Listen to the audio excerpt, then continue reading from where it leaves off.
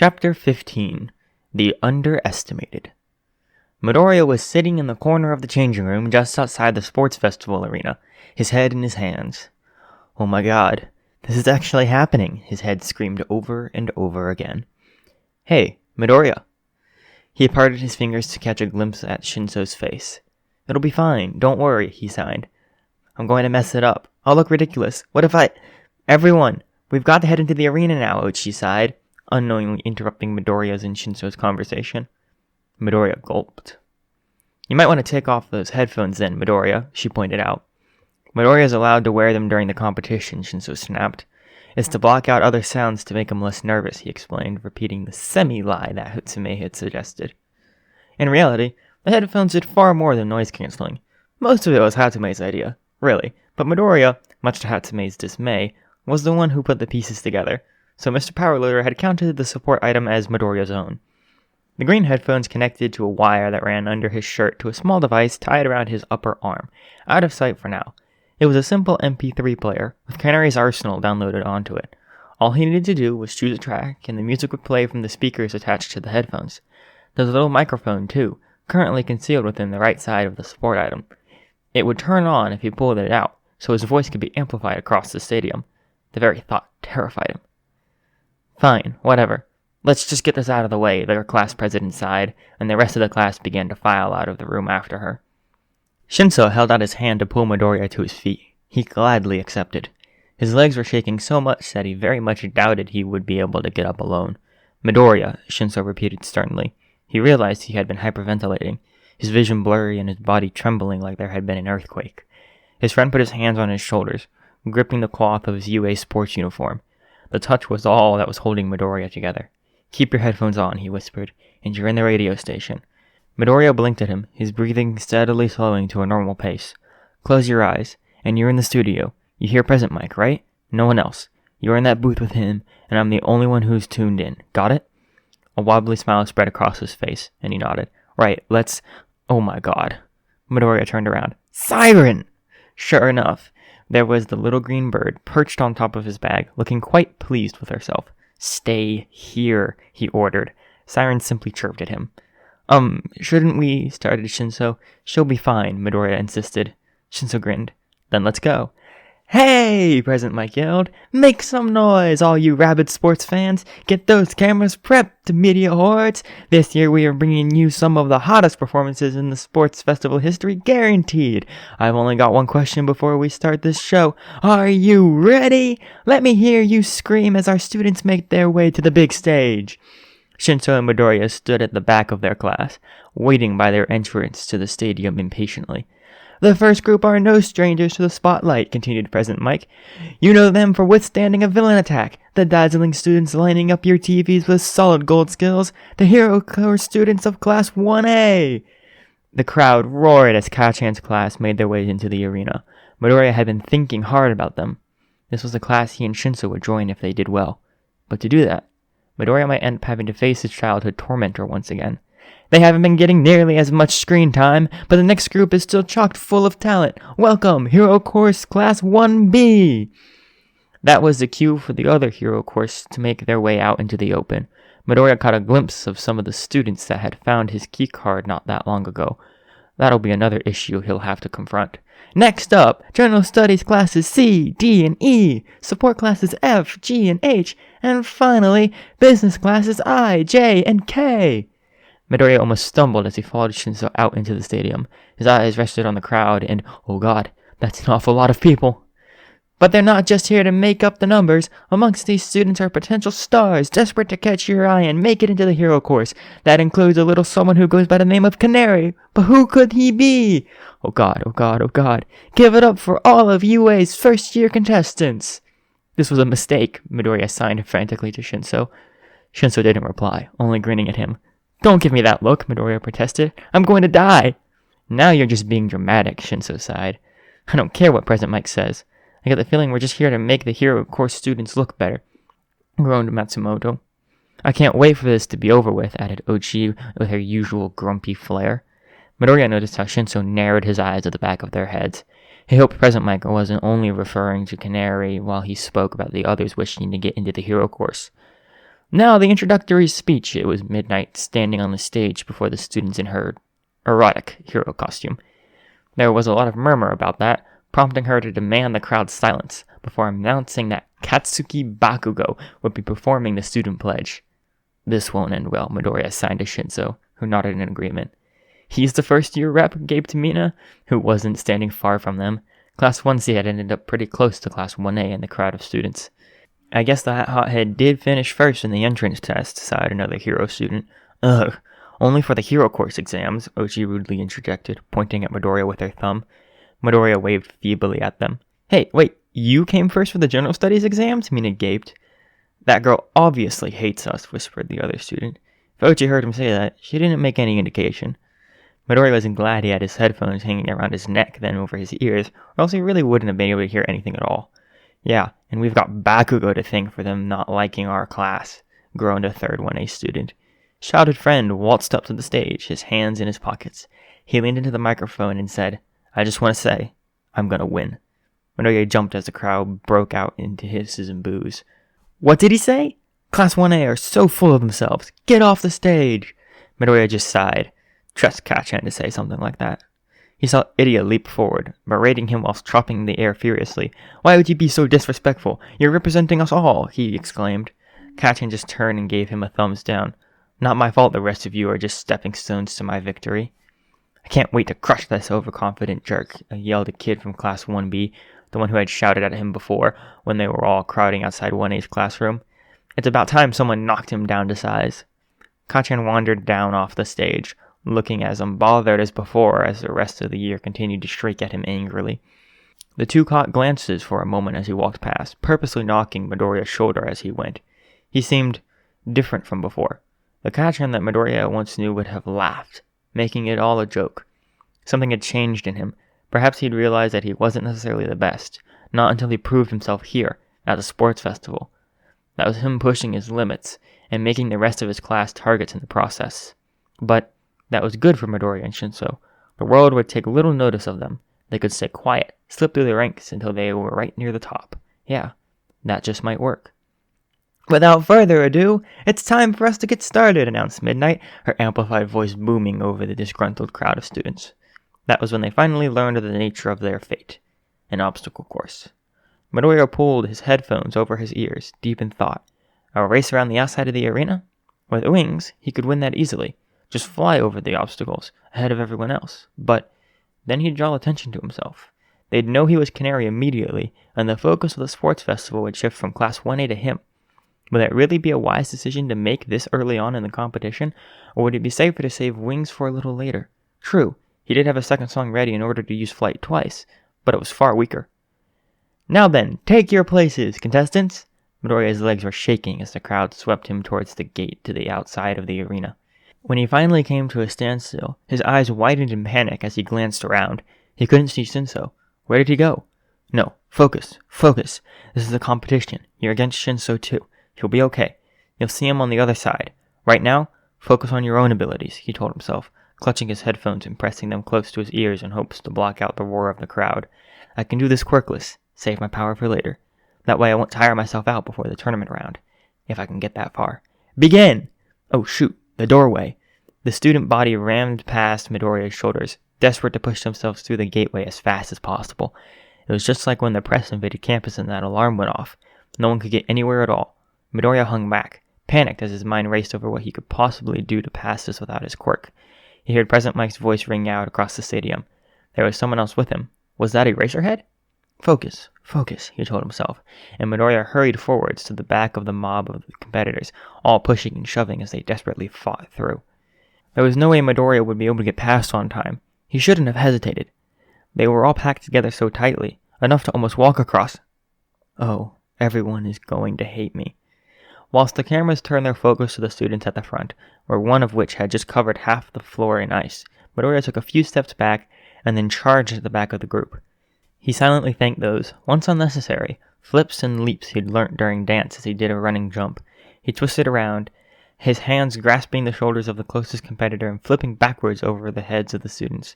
Midoriya was light, but the force of him landing on someone's shoulders was still more than enough to knock them to the ground if they weren't prepared. People cried out in surprise as the small, green-haired nobody from General Studies ran over the crowd, pushing himself off the wall and landing on top of person after person, expertly keeping his balance as the others did not. The crowd thinned and the road widened at the end of the doorway. Midoriya leapt towards the ground, but immediately slipped on the ice, which he had completely forgotten about in the heat of the moment, knocking his headphones off as the side of his face connected painfully with the floor. "Watch your step, Midoriya!" He scrambled to his feet and looked for the origin of the voice. Shinso gave him a mock salute as he was carried like a king by several brainwashed strangers over the thick layer of ice. He turned towards the front, where a large group of hero students disappeared off into the distance.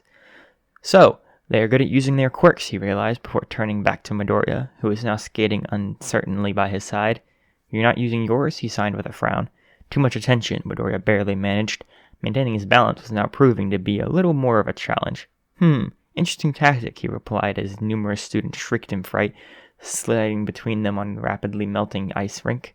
"Well, I'll see you at the end of this. No point in sticking together here." Midoriya nodded, readjusting his headphones once more and sliding away on the last of the ice. With firmer footing, Midoriya broke out into a run, dodging other competitors as he tried to get as far ahead as possible. If there had been anything Midoriya had learned from being quirkless, it was how to dodge and how to run. But he skidded to a halt as President Mike's voice rang out across the racetrack. The speaker was right next to him, enough for the sound to get through his headphones. "He's never even fought those robots before, but they didn't stand a chance against his jaw-dropping moves," President Mike exclaimed. "Wait, robots?" Midoriya gaped at the towering figures up ahead. One of the giant monstrosities had collapsed in a cloud of dust and ice. "What a show! Shota Todoroki from Class 1A has taken the lead!" "Todoroki, huh? He must be the one with the ice quirk." Midoriya had more pressing matters than thinking about the hero course students, but he couldn't stop his mind from going on a tangent as he saw quirk after quirk. "And it's Kirishima from Class 1A! What a hardcore debut for this rookie!" Midoriya heard President Mike continued as the red-haired boy pushed his way out from under the fallen robot, quickly followed by that Class 1B boy, whose name appeared to be Tetsu, who appeared to have a similar quirk. Hardening and Steel, Midoriya found as President Mike announced the basics of their quirks over the speakers. They'd be tough opponents. Then there was the boy who grew scales on his arms. Midoriya wondered what he could do, and then, "Bakugo!" yelled another hero student as Katrin rocketed over the next robot with ease. Midoriya shook his head. He couldn't just keep standing around. He'd have to get through there somehow. Best do it when the robots are distracted. He let his headphones slide down to his shoulders to register the details President Mike was reading out as he ran. Someone with a tape quirk, and another with something called Dark Shadow. Other students began to follow his lead, running through the robot obstacle as quickly as they could to catch up with the leaders. "Class 1A's learned not to hesitate," boomed an unfamiliar voice, one which Midoriya quickly realized belonged to Eraserhead. His eyes connected with that of Jiro, who smirked at him as she easily disabled two small robots. Midoriya had to sidestep to avoid the falling debris that Uraraka left in her wake, and the electric shock of another blonde classmate of hers. All these quirks are too distracting," he panicked internally as he took off at a run again, dodging and evading the best he could. That was when another Hero Course student stole the spotlight with a massive explosion. She somehow materialized an entire cannon. Midoriya gaped at her as the robot sheet face crumpled onto the ground. "Oh my god, that was so cool!" With a path made through the obstacle, Midoriya somersaulted to avoid another robot and then charged past. This round is obviously designed to give the hero students a chance to show their stuff and to get ahead in the competition, so most of the other classes should be eliminated. With around 20 students per class and 11 classes, that's a maximum of 220 students in this race. They need 16 students for the tournament round, and a decent number for the round before, probably enough to involve all the hero students plus the tops of the other departments, so 40, maybe 50 students will advance. So maybe I should aim for the top 40 at least. Aha! Midoriya froze, wobbling over the edge of the sheer drop and stumbling backwards. "Everyone, observe what my brilliant gadgets can do!" Midoriya blinked and turned to see Hatsume giggling maniacally before the gathering crowd, headed by Uraraka and Mina. "Hey!" Mina exclaimed. "How come you got to bring all that stuff? Students in the hero course get all kinds of combat training for their quirks," Hatsume leered. "In order to keep things fair and give us a fighting chance, we're allowed to bring whatever gadgets and costumes we want into the games as so long as we develop them ourselves. Ain't that right, Midoriya?" Mina and Uraraka turned to see Midoriya, who was now standing with crossed arms and narrowed eyes by one of the ropes, which was connected at the cliff edge next to the rocks across the terrifyingly high obstacle. Midoriya? Mina frowned, likely not at all expecting him to be here. He sighed, twisted his headphones around his neck, using a mechanism that Hatsume had designed so it wouldn't fall off, and carefully lowered himself down to the rope to start pulling himself over the drop. "My super cute little babies are sure to make a splash," he heard Hatsume proclaim as she whizzed past him with her bundles of gadgets, laughing hysterically as she went. "Watch out, Midoriya!" He looked back to Shinso standing at the edge of his rope. If Midoriya wasn't still trying to keep his voice a secret, he would have yelled, "How the heck did you catch up with me so quickly?" Instead, he kept his thoughts inside his head and simply pouted, pulling his angry little bird face as Shinso followed his lead and grasped onto the rope himself. "The hero students are widening the gap between us," Shinso murmured to Midoriya as he helped him off at the first rope and the two of them made their way to the second. "We only need to make it to the top 40, Midoriya signed whilst his hands were free. "Really? What makes you think that?" "I'm not 100% sure, Midoriya whispered in reply. "It's only an assumption." "Are you sure you don't want to use your quirk yet? You just use your wings and finish this race without any trouble." "I'm positive. We can get through this without it." Soon enough, the two of them were at the other side, panting as they both started running once more, the muscles in their arms aching from the effort.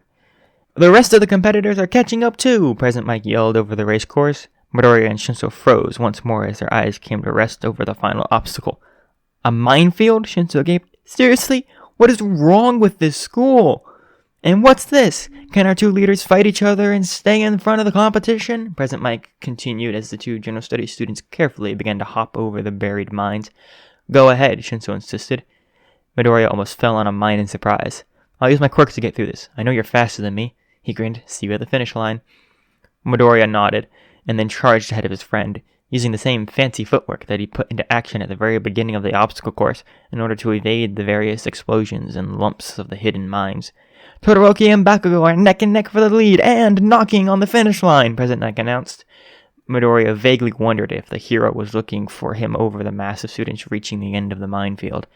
He gritted his teeth and he finally rolled out of the minefield, running alongside the vaguely familiar faces of the hero course as he charged back towards the stadium where the screaming audience waited. First to make it back to the arena is the first place winner. Shoto Todoroki is our champion." Midoriya fell to his knees, sweating and panting by the gate. He couldn't have been that far behind. Surely he was in the clear. "The contestants are now pouring in, one after the other." Midoriya raised his head, staring at the booth he knew his mentor was sitting in. He could see the tip of his outrageous hairdo. He smiled. "Let's hear some applause for all our competitors as we prepare the results." "Midoriya, you made it," Shinso panted as he hurried over to him. "Still a shame. You could have left all those hero wannabes in the dust if you used your quirk." Midoriya smiled meekly. "Well, let's just hope we've done enough." And they had. 22nd place wasn't bad at all for Midoriya, and Shinso seemed satisfied enough with 27th. "We beat so many of the hero course students," Shinso breathed. "I think all of the hero students got through," Midoriya realized. "Who else?" "Us. Oh, there's Hatsume, and over there, I don't know who that is. Class 1K, I think. That one who Jiro mentioned was expelled from Class 1A. The purple midget? No wonder he was kicked out. He looks more interested in the girls than actual heroics," Shinso sneered as the boy in question was levered away from a girl's back. He seemed to have stuck himself there, forcing her to carry him over the finishing line. "Now the real fun is about to begin. The chance to fully move yourselves into the limelight. Give it your best," Midnight announced as the top 42 contestants were gathered before her. "Let's see what we have in store for you next." "A cavalry battle?" groaned one of the hero students. "I'm terrible at those." "Allow me to explain," Midnight exclaimed. "The participants will form teams of 2 to 4 people as they see fit." "We could go in a team of 2, Shinso suggested, beating the plot before Midnight had even finished explaining the rules. "It seems like I'd have 100 points and you'd have 75, Midoriya signed absent-mindedly as he thought over the maths in his head. "And the point value assigned to the first place contestants is 10 million! Midoriya didn't miss the sadistic grin that spread across Shinso's face as he glared in Todoroki's direction. "Interesting. Now, you've got 15 minutes to build your teams," Midnight finished after further explaining the rules. "I recommend you get started." "We'd have 175 points together. Likely not enough to make it through the next round if we don't steal any other headbands, and there's no way I'm carrying you alone," Midoriya pouted. "I could carry you. You're light as a feather." Midoriya just elbowed him harshly. "There's no point in asking anyone else. None of the hero students are going to want to." "Who said anything about hero students?" Midoriya turned and suddenly Hatsume was right in his face. He shrieked and she exclaimed, "I get you now!" "What are you talking about?" Shinso frowned, glaring daggers at her for interrupting. "Both of you! You want in on the hero course, don't you? They exchanged glances. Hatsume laughed evilly. And you specifically.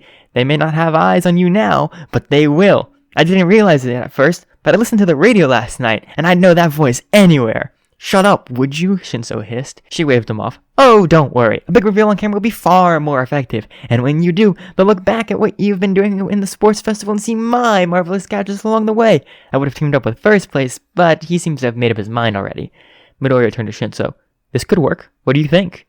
Shinso glared at her again, before giving in and sighing deeply. Fine. Then let me show you my babies! Your... what? What about some of the people in the hero course? Midoriya questioned. You know they won't want to team up with us, Shinso pointed out. Those who know the truth about me might. What's he saying? Hatsume asked Shinso shamelessly. I don't know the secret hand language. Shinso groaned, ignoring her and turning back to Midoriya. Go and ask, but I seriously doubt they'll team up. Midoriya hesitated, unsure about venturing off without Shinso, but then nodded when Hatsume assaulted his friend with her assortment of inventions, scurrying off to avoid her onslaught for a little longer. Midoriya was used to how people tended not to notice him. Weaving through the crowd of plodding hero students, more than once he bumped shoulders and stepped on a few toes. He kept mouthing sorry while signing it in the process in hopes that they'd get the message. He pushed past a group of 1B students, smiling broadly as he spotted Ida on the other side, but that smile quickly faded when he saw him conversing with the boy with the 10 million points, plotting their next moves with a newly formed team. Next, he tried Uraraka. She wasn't far away from Ida, near Jiro, but then the two of them had two, alongside one of Jiro's friends, the boy with the bird head.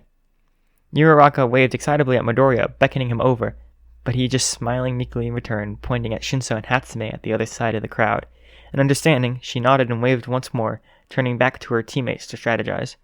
Midoriya bit his lip. Shinso had been right after all. None of the hero students would want to. He walked right into someone this time, but he was large, built like a rock, so he barely stumbled as Midoriya fell to the ground. He rubbed his head and looked up and saw the student holding out his hand to help him up. He smiled and gladly accepted it. Sorry, he mouthed and signed anyways. The boy did the same and turned away. Midoriya was heading back to Shinso when he froze. Wait! He knew sign! He turned back on his heel and ran back to the unfamiliar hero student. Midoriya had to stand on his tippy toes to tap him on the shoulder. Do you have a team? He blinked at Midoriya, surprised by his reappearance. Do you? Yes, there's 3 of us. You could join and make it 4, Midoriya offered excitably. He was actually talking to someone new. Well, kind of talking. But it was so easy. No fidgeting with his fingers as he signed or shuffling around in panic. I'm sorry, do I know you? I'm from General Studies.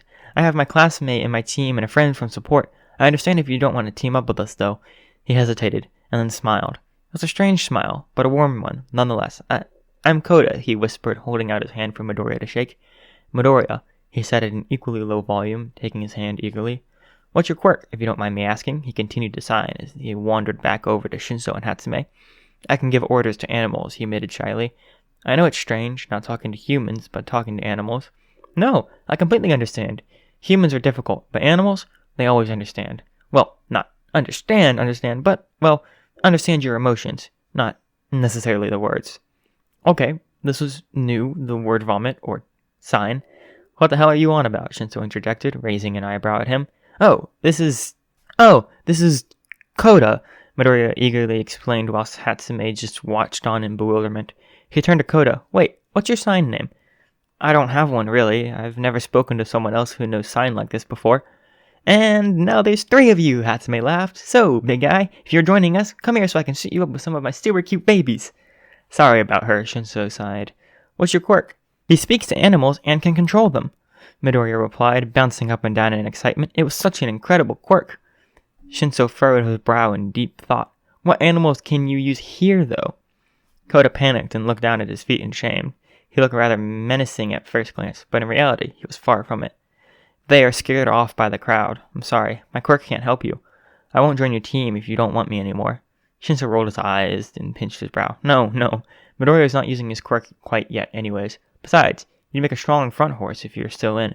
Koda wavered, then clenched his fists and nodded frantically. Good, Shinso sighed. Then all we need to do is decide if it's me or Midoriya that'll be the rider. Midoriya wasn't keen on being the rider. The more he was out of the spotlight, the better. But if he ended up needing to use his quirk, then being on top would have the greatest strategic advantage, especially if... Midoriya, you're muttering, Shinso interjected with a smirk. Midoriya blinked at him in surprise. He was muttering? An alarm rang out over the stadium. Their time was up. Right, Midoriya, you be the rider, Shinso insisted as Hatsume immediately began to attach her various gadgets to his legs. Right, Midoriya, you be the rider, Shinso insisted as Hatsume immediately began to attach her various gadgets to his legs. Hatsume and I will go either side of you whilst Koda stands at the front, okay? Okay, all you first years, Present Mike exclaimed as Midoriya was clumsily lifted on top of the group. I hope you're happy with your chosen teams. We need to hang back, Midoriya whispered to the three of them, tying his 300-point headband securely around his head. Everyone will go straight for the 10 million points, so it would be easier to just collect smaller headbands to work our way to the top. 3! Good luck, Midoriya. Uraraka crawled out from her team standing alongside his. 2! He smiled and waved again, desperately hoping they wouldn't run straight for him. 1! Begin! Midnight finished, and Uraraka's team rocketed ahead, right towards Todoroki and the 10 million points. Midoriya let out a sigh of relief as his team stood still, assessing the competition from a distance instead of engaging in combat quite yet. We have a good amount of points, Midoriya continued to whisper, but as the students from different departments, the other teams are likely to underestimate us and leave us alone for now. We should wait until the other headbands move around before... That was when his headband was pulled from him, barely a minute after the game had begun. Sorry, droned the blonde boy from Class 1B, but a lot of you were never going to hang around for long anyways, he grinned as the team hurried away. Why pick on us? Shinso yelled back at him, in hot pursuit of the team. He grinned and opened his mouth. Because you're... Midoriya, now! Shinso yelled as his quirk took hold of their opponent. Midoriya reached forward and grasped a handful of headbands from around his neck. Monoma! Exclaimed one of the boy's teammates. What the heck? Shinso released his power as they ran away, desperate to make some distance between them. Did you get our original headband back? He asked Midoriya, who glanced down at the white strips of fabric and nodded surely. Good. Now we should... Ah! And another team lunged towards them. Activate hover shoes, Hatsume announced gleefully as the inventions she had designed let their team hover a few feet off the ground.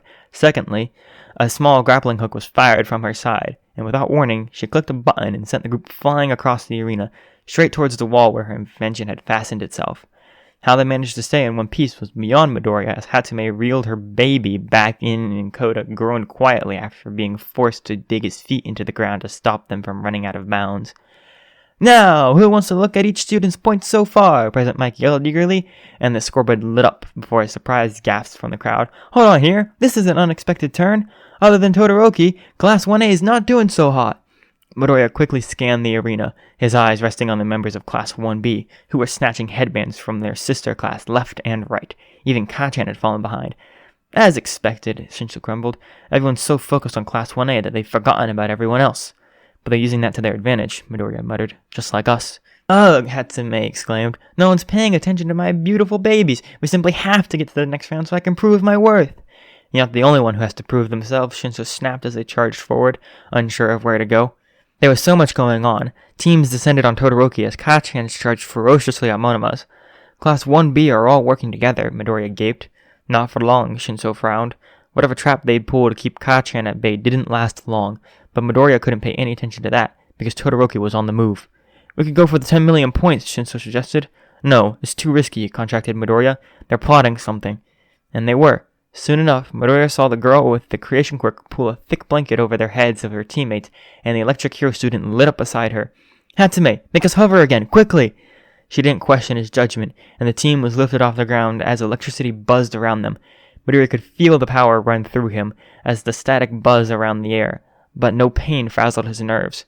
What the heck? Shinso gaped as he watched every other team cry out in pain as they were shocked by Todoroki's team.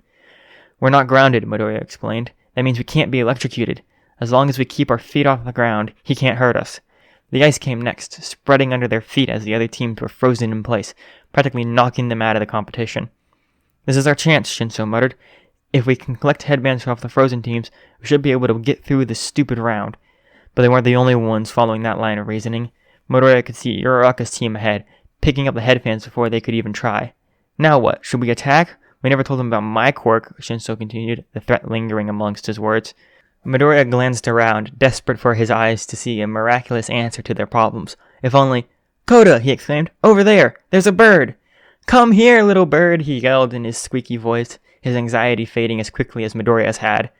The bird took off from the stands and flew towards them, its tweets lost to the roar of the stadium. Wait, Shinso frowned. Isn't that... Midoriya grinned widely. Siren! Siren was a peculiar bird. She had always known that. The other birds don't seem to see the world the way she did. They saw the inside of their cages and saw the humans as sources of food.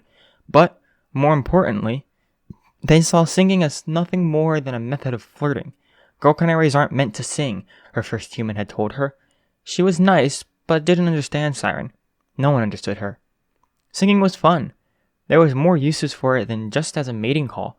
Humans use noises all the time. Siren had spent much of her life learning to connect those noises with very specific things. Humans were clever, not like canaries. But some humans didn't use their smarts very well. They were silly. Siren found it annoying. She liked her new human very much. He gave her a new name. She liked it at first, but then she learnt what it meant. Now she likes it even more. This human understands her, and she understood him, even if he didn't quite realize it himself yet. Something else she understood was that her human needed help. He can sing too, but he's scared to, like the other canaries were. Siren has to teach him not to be scared anymore. He was doing better, but he was scared that morning, very scared. Of course, Siren had to protect him. She wouldn't be a very good guardian if she didn't. That was what she thought of herself as, a guardian. Specifically, her human's guardian. And maybe some of his friends too.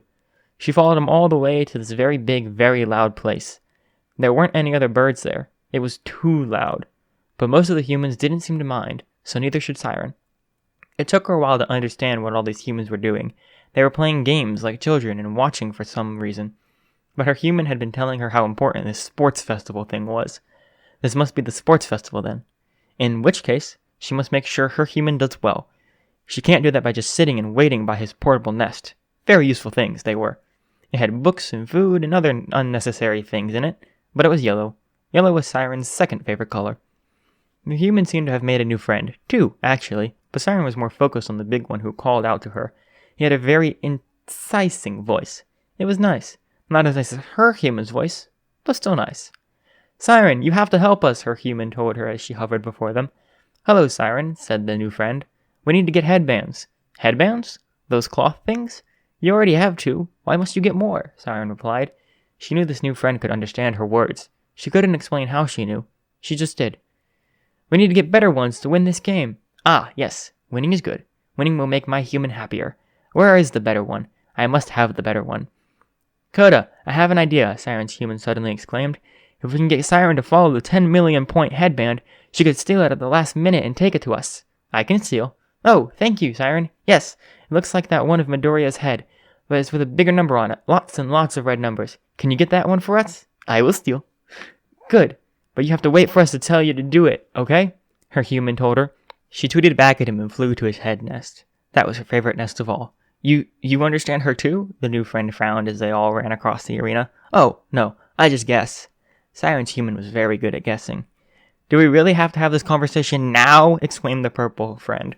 Siren liked the purple friend, because her human liked the purple friend. Purple was Siren's third favorite color now. They hurried around in circles for a while. Siren didn't quite get why they were taking so long. She wanted to steal. Time for a countdown! Oh, she recognized that voice. That was Loud Human. She liked that human too. Where was he? Siren, now! Yelled her human. Yes! She chirped and took flight. Siren had been watching, looking for the lots and lots of red numbers headband. She saw it with the icy human. He had it for a while. He wasn't very happy when the spiky-haired human took it. Siren narrowed her eyes as she flew over. She didn't like the spiky human. She called him Explosion Human, but she would find a better name for him one day, one with a better ring to it. Siren didn't like the color red so much. This human was very red. But she must take lots and lots of red numbers headband. After this, maybe she would like the color red more. If red meant winning, then maybe she did like red. Explosion Human hadn't seen her. He was focusing on Icy Human. They were all acting very strange, piled on top of each other and running around the place. But Siren could wonder about that later. Right now, she could see her lots and lots of red numbers headband. Explosion Human had turned the headband around so the lots and lots of red numbers weren't facing Icy Human. That was very important, because it meant that Siren could very easily see it. She decided that she definitely liked numbers. She was still considering the color red. Loud Human was shouting lots, and Icy Human kept lunging at her lots and lots of red numbers headband. Explosion Human fiddled with it, turning it so Siren could see the knot holding it together. Yes, Siren was very good at undoing things. In show, she grasped the headband with her talons. Yes, they were talons. If you disagreed, she would show you why they were talons, and flew away with it. There was lots and lots of shouting then. She flew over the arena and back to her human, who grasped the lots and lots of red numbers headband, pulled it around his head, and "Time's up!" And all the humans roared. And her human was grinning. That was good. She'd steal things more often. She would do anything for her human. Her human was green. Green was Siren's favorite color.